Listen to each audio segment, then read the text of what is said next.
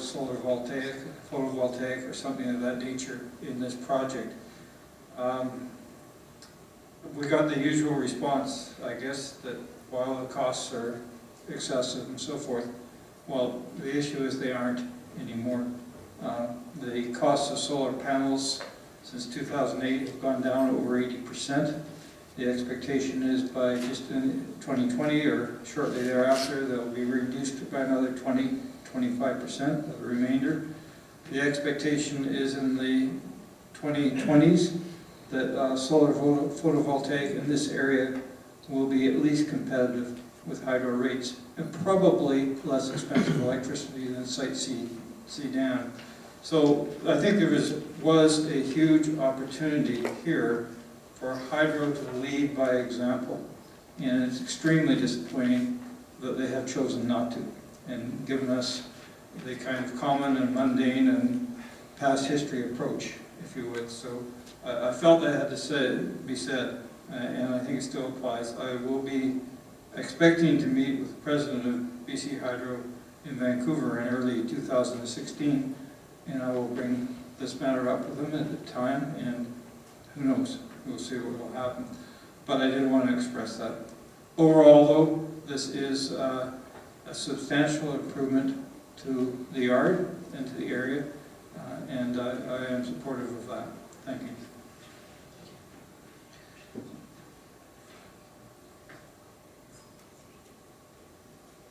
Another question?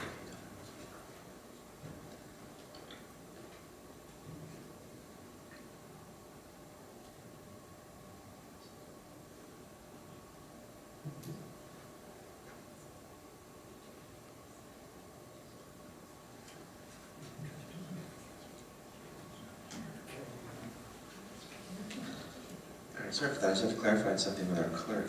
Councillor Turner, can you clarify if the motion that you put forward includes the installation of conduits to be solar ready? I was going to include that as a third bullet under number 4 when we got to that, if that's appropriate. I asked the clerk if that's appropriate. The point to clarify at this point is that the second, or the motion that's on the floor, will be to approve the application to rezone, and that final reading, it would be a combined motion for this purpose. Okay. And it would be also that final reading be withheld pending registration of the covenant that would secure the gold or equivalent, the heat pumps, the conduits for the solar ready, secondary access to Viewmont Avenue being used for emergency purposes, and then further the 3-meter wide statutory right of way. If I could then, Mr. Mayor, I'd like to modify the motion that I made to include that extra bullet under number 4. I think that's okay. I just want to give a cue to the audience that it's not appropriate to bring anyone up at this time while council is debating this motion. We've had the period for discussion, and now we're going to debate the motion that's on the floor. Go ahead, Councillor Dermott. Sure. Thank you, Mr. Mayor. I would like to include then that third bullet under number 4 that essentially says that the final reading would be withheld until the applicant shows that appropriate conduits to make the building solar ready for solar photovoltaic in the future have indeed been included in the plan. Thank you. It was seconded already. There's just clarification on the original motion. Yeah. All right, that's the motion that's on the floor. It's I don't believe Hydro has an intention of putting solar panels on the roof at this time, and the conduit would be a request to essentially, actually would be a requirement to have that go into the building for that going in the future. I think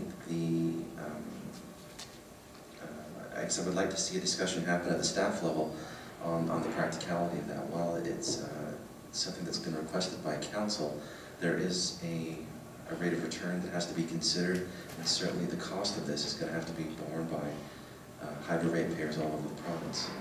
Councillor Dermott. If I could, Mr. Mayor, installation of conduit is a very low cost item. Thank you. Councillor Plant and then Councillor Sanders. Thank you, Mr. Mayor. I appreciate the fact that we are adding this component because I think, as you've alluded to, Councillor Dermott, solar power is going to be ubiquitous. And while I acknowledge that perhaps it's not in the economic plan right now, it will be something that by putting this in now, even if it's a commercial building that you could add it to later, it's a sign that this council values that and is thinking ahead. And I'm sure there will eventually be solar power on that roof, and it will be what we want it to be. And this simple gesture of adding $1,000, $2,000, I would estimate, and I'm not a construction expert, is a sign of good faith on the applicant's part, and I think we should just enforce that as we have, I believe, in front of us from planning, that this will eventually be part of every development in Sandwich, the photovoltaic preparedness and conduit be a part of every development. So thank you for making that addition, Councillor Berman. Thank you, Councillor Sanders. Thank you, Mr. Mayor. I certainly will support the motion. And although I'm not rushing out and getting solar power myself, I was watching a show yesterday on TV, and it showed this roofing company, and that applying solar panels is part of their business, and a very large part of their business now.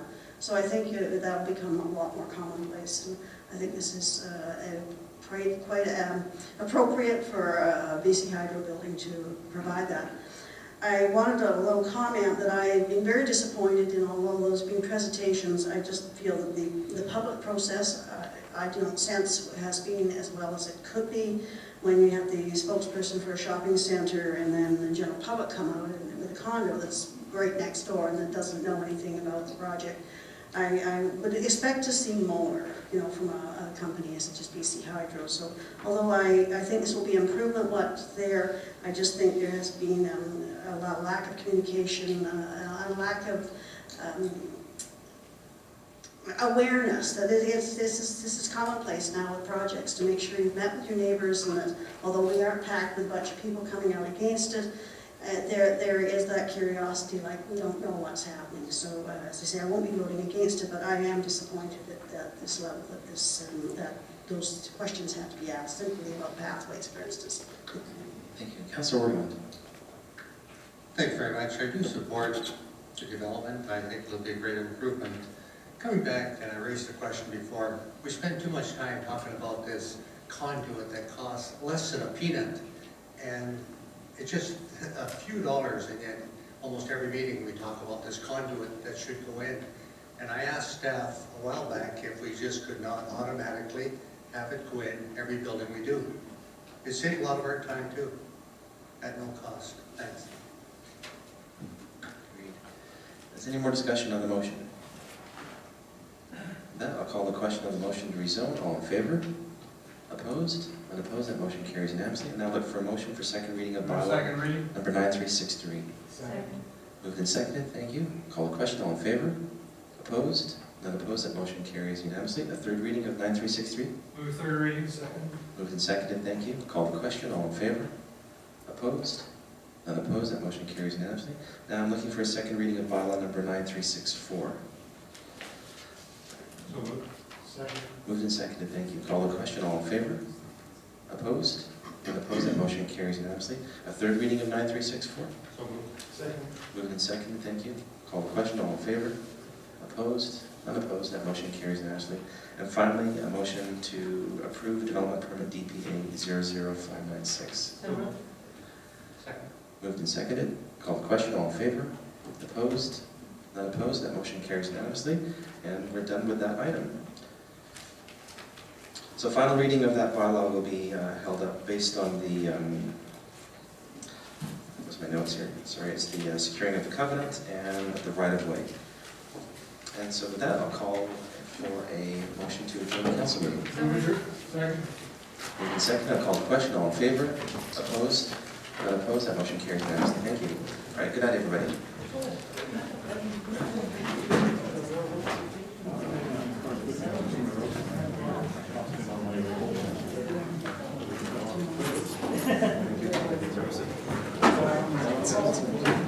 So you want to